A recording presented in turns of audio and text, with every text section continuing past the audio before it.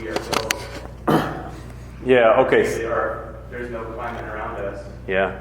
I don't know about Bakersfield, but... Sure, yeah. So obviously, so the question is, in summary, that if you haven't received a good or a perfect Catholic education yourself, or even a good one, how are you going to be able to pass that on to your kids? There are a couple different things that have to happen.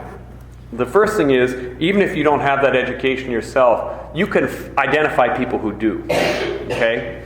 And so you need to enlist help. Okay? You need to enlist help. And there's one of the things that's really true is there's a lot more available today than there was even 20 or 30 years ago. For example, there's this whole website called form.org that has all sorts of really great Catholic resources that you can use. And you can, together with your kids, learn your faith. You know what I mean? Where you're just doing it together. Now, there's nothing more attractive to a kid than to actually be learning together with their parents. Right? They really love that, actually. They feel like, they're doing something together. A kid will hate to do homework, but if their dad's doing it with them, they love it. Right? It's funny, even kids in high school where I teach, I'd have kids where they would be, you give them some assignment and they'd be upset, but then if you said, okay, you and I are just going to do this together after class, and they'd be really happy. They just like the idea of doing it together with their parents. So sometimes you're going to be, forming yourself together with your kids, and that's one of the most effective things you can do. And they see your joy and your excitement at learning something and growing in your faith or whatever. So that's one thing that you can do. You have access to a lot of things that people didn't have before. Another thing that can happen is that you can entrust the education of your kids to other people if you can identify good schools. Now, the problem is, like you said, at that primary level of education, there's not a lot around, right? You could say, like, okay, there's Thomas Aquinas College, or there's Christendom, or these places like that where you can send them for college. But the primary and secondary education, you might not have a lot that you can do there. And there again, you're going to have to do the extra work, I think, to form yourself so that you can, do that together with your kids. The other half is your own moral formation, and you're going to have defects. Every parent, if you haven't figured this out, you haven't been a parent yet, but every parent is a failure, okay? You're going to be like, I have failed my kids. I failed, And you have to be okay with the fact that God can even use your failings as part of His plan for your children's salvation. Right? Your children need to know, for example, that there's only one Father in heaven that they can really call their Father. And, only the Virgin Mary can really be a perfect mother for them. And your kids need to learn that lesson through your own mistakes or whatever. So don't be afraid at the moral level when you fail as in raising your kids. Don't be afraid to say, I'm sorry, forgive me. And to just, keep on saying, I hope you can do better than me. We all have to just do better than our parents. Okay? Everyone's just got to try to do better than their parents. So my dad, I think about my own father. My father's father was from Ireland, and not surprisingly was an alcoholic. Alcoholics from Ireland, imagine. And so they were a Catholic family, but when alcoholism's in there, boy, does that really mess things up, huh? And so my dad, when he was in his late teens, he made a promise to God he would never drink alcohol. He's like 19. Never drink alcohol. And my dad's brother, he didn't make that promise. So what happened? My dad's brother became an alcoholic. He passed that on to his kids. His kids had all these different problems. My dad, he had his problems because his dad was an alcoholic. But my dad wasn't an alcoholic. And he saved that, for my brother and I. And it made it possible for us to go farther. So you just have to do better than your own parents with regard to your own moral formation. You just have to do that and realize, even if you're going to have your faults and defects, everyone's got an obligation to do better than their parents, to try your best to go beyond that. And tell your kids, you need to do better than I do. You need to be a better man, a better woman than your mom and I are, or whatever. So there's that. More questions? Yes? I'm thinking of some countries that go to TAC, or may not, you're still young. Yeah. I don't know if I can get them to that level, or if they have a calling to those kinds of schools. Yeah. What are our options for Catholic Yeah. Okay. So the question is, well, what if you find your own kids that you don't think that they're suited for a place like TAC, or they just don't have the inclination, they won't want to go on their own or something like that? It's true. First of all, as much as I love TAC and I'm a graduate from there, and it's I think it's the best educational institution in the country, in my opinion. As much as I love it, it's not for everyone. You know, you got to be a type A personality. You can't just be passive. You got to be kind of someone who's willing to get in the back and forth of things. And you've got to be above average intelligence, because it's just too hard to do just for average people or below average intelligence. So there are Catholic colleges, authentic Catholic colleges, that don't require that type A personality, or we can be more average and get through, or whatever. There are such things. And so, you know, and like I said, there's a lot more options today than there used to be. I mean, there's Steubenville, there's TAC, there's Christendom, there's Wyoming Catholic. There are a lot of places that at least have something, Ave Maria out in Florida or whatever, where they can get some kind of authentic Catholic exposure to things. So you at least have that. But one of the things that you have to really avoid is the implicit adoption of that secular world mindset when you're raising your kids. If you're constantly telling your kids, well, it's all about getting that good job, and practically speaking, you're always talking to them as if money's really the reason why you're getting an education, and that's really the most important thing. You can talk to them all you want about Catholic, but if they see mom and dad are really about you need to make the money, then they're not going to be inclined to go to a Catholic college. They're going to go to some place where they think they can make money. So you have to you make sure you don't raise your kids in the consumerist, materialist world, right? Jesus of Nazareth lived in a tiny little home with a dirt floor and no running water. And he did okay. And we live in the society where we have these completely unrealistic expectations. Like, what do you expect for your children? You know, my kids need to be in this nice house. They need to drive, a nice car and have multiple cars, and they need to have piano lessons. They need to have soccer, and they need to have, go to this school and that. I mean, we've got all these unrealistic, materialist views of things that your poor kids, if that's what they're being raised with, or they're being told that, like, here's your standard of living, you better get up there.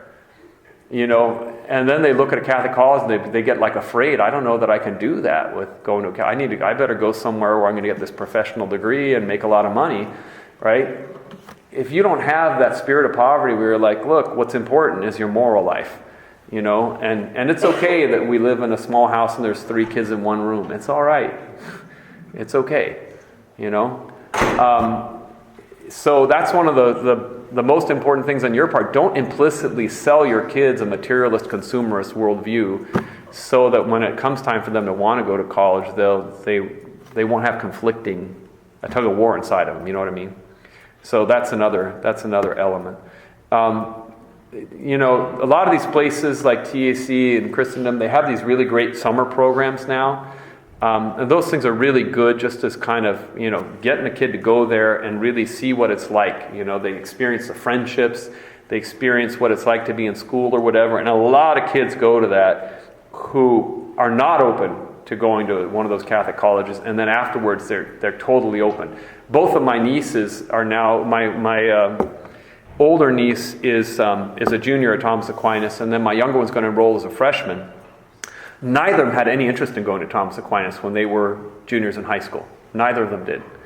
And so my niece, the older one, she got interested because she came up, my brother took her up, and she got to sit in on classes. And just like, wow, I didn't know you could learn this way. And she met the people and she visited with them, and they were super nice. And so just that experience was enough. And then the younger niece then went to the summer program, and she had no interest. And then when she's on the summer program, she loved it. She fell in love with it. And now it's the only place she wants to go. So there are, sometimes kids will change their mind if they just know what they're saying yes or no to, So that's another important thing. So, other questions? Yes, James. So with the secularization of the culture and how you mentioned if you're going to live this life, you're going to be very odd, right? Yeah. And so what do you suggest for young families and how important is fellowship? Because the topic of the dinner table is, for my wife and I, it's usually, we feel like strangers in a strange land. Yeah. So how important is it for Catholic families to fellowship? Yeah. those times. Well, sometimes the very fact. So the question, just for hearing on the recording, the question is, you have to be odd or definitely out of step with society in the modern society in order to raise your kids Catholic. Sometimes that kind of out of stepness, that kind of oddity, can actually work in your favor because it's very clear, like, we have an identity, and kids actually like to have a kind of an identity. You know what I mean? But you can't be so odd that there's like no one. They have to feel like they have an identity with other families. And so it really is super important, if you can, to form communities with like-minded families. I'm sitting here with a room of about 50 people, and I presume most of you are like-minded families, and this is only a small portion of the people here in the area. But you're going to have to bend over backwards to make it possible for your kids to interact with these other families and for you to interact, because we all have that kind of lowest state of, energy where we just like, I just want to stay home tonight, and I just want to, you know what I mean, where you don't want to take the effort, and you got to get out, you got to go do things together with families in the afternoons, you got to get out of the house and do things socially in the evenings. You know what I mean? You should have 2 or 3 days a week where your family is interacting with other like-minded families, so that your kids form friendships, because it's harming your kids to keep them at home and they're not forming friendships. Man is a social animal naturally. You're harming your kids if they don't have those social bonds with other kids, their age. So that takes a lot of just effort and very intentional, planning and whatever else when you don't feel like it sometimes. And it means opening your house to other people's families and being super inviting, and you know what I mean? So you're going to have to do that. And in some places, they're quite successful. I grew up in Pasadena, and the Pasadena area now has a very flourishing kind of like-minded family, Catholic traditional family setting. St. Monica's Academy was basically all started from homeschoolers. These huge Catholic families all decided, let's just get together and pool our resources. And so, we have an advantage. If you have more kids, it's like eventually just outnumber people, So, you just go and have kids and be together with other families like that and make the sacrifices that it entails. So, yeah, but it's super important. It's totally essential. You just have to get together with other families. So, this is a nice event. Things like this, you say, okay, why not have just like a little sheet where you can exchange contact information, and really, be very intentional about getting together. So, yes. Question about scrupulosity in faith. Yes. My daughter is extremely scrupulous. Yes. I feel like that's really going to pull her away from the faith at some point. Yes. Get it under control, and the other kids see how scrupulous she is. It's like, I've tried so many things, but what's a good way to help? Excellent question. So the question is about scrupulosity and how to help kids, especially young people, with scrupulosity. So scrupulosity, again, the devil, when he sees a soul who's really trying the practice of the faith, one of the things the devil will do is he'll try and introduce scrupulosity as a way of discouraging them. Because the devil knows that despair is actually worse than presumption from the standpoint of the practice of the faith. Of the two evils, despair and presumption, it's worse to despair of God's mercy than to presume on it, actually. So what do you do with that? There's a couple things about scrupulous people. Point number 1, and this is really the most important part. For the scrupulous person, the moral life is much more about avoiding evil than doing good. So they're not willing to take the risks involved in doing good. Let me give you a simple example. It is a really good thing to go to communion. It's a really good thing to be united with Jesus Christ in the sacrament of the altar. It's one of the best things we can do. The scrupulous person looks at that act and says, maybe I'm in mortal sin, maybe I've done something wrong, safer just not to go to communion. You see what they're doing? It's all about avoiding evil rather than doing good. And they're not willing to take the risk of, hey, if I'm not certain that I'm in mortal sin, I'm going to take the risk, and I'm just going to make an act of contrition. I'm just going to go, and I'm going to unite myself to Jesus in love, because that's such a great good. Or when it comes to something like marriage or religious life, the scrupulous person will say, I might fail. Better not to get married. Or better not to join a religious congregation. So the scrupulous person is always obsessed with avoiding evil rather than doing good. Do you know where we find that in the scriptures? We find it in the parable about the talents. You have the guy that gets 5 talents, the guy that gets 2 talents, and the guy that gets 1 talent. The guy that gets 1 talent, how does he look at his master? As a harsh master who's ready to punish evil. You see that? So that guy, he just wants to avoid evil, so he buries the talent in the ground. That's a scrupulous person in that parable. It's a scrupulous person. Whereas the other 2, they realize there's a risk involved in trading. But they are so convinced of their master's goodness, their fundamental view of the master is someone who wants to reward them, who's looking out for their every good action rather than looking out for their every evil one. And so the other 2 servants in that parable, they just take the risk of trading. And they get rewarded from their master, right? He says, enter in your master's joy. For the scrupulous person, salvation is a relief. Not a rejoicing. It's not a joy. It's a relief. And they see the practice of their faith as basically a contract between them and a God who's just waiting to punish them, right? So you really have to highlight in your interactions with your children the primacy of doing good, the primacy of the goodness of the Lord and His joy at every time you do something good, how much joy that brings Him, and how easy it is for Him to forgive sins, right? So you have to constantly reinforce that in your children, okay? So that's step 1. Step 2 in dealing with scrupulosity is scrupulous people want to have mathematical certitude about their moral state.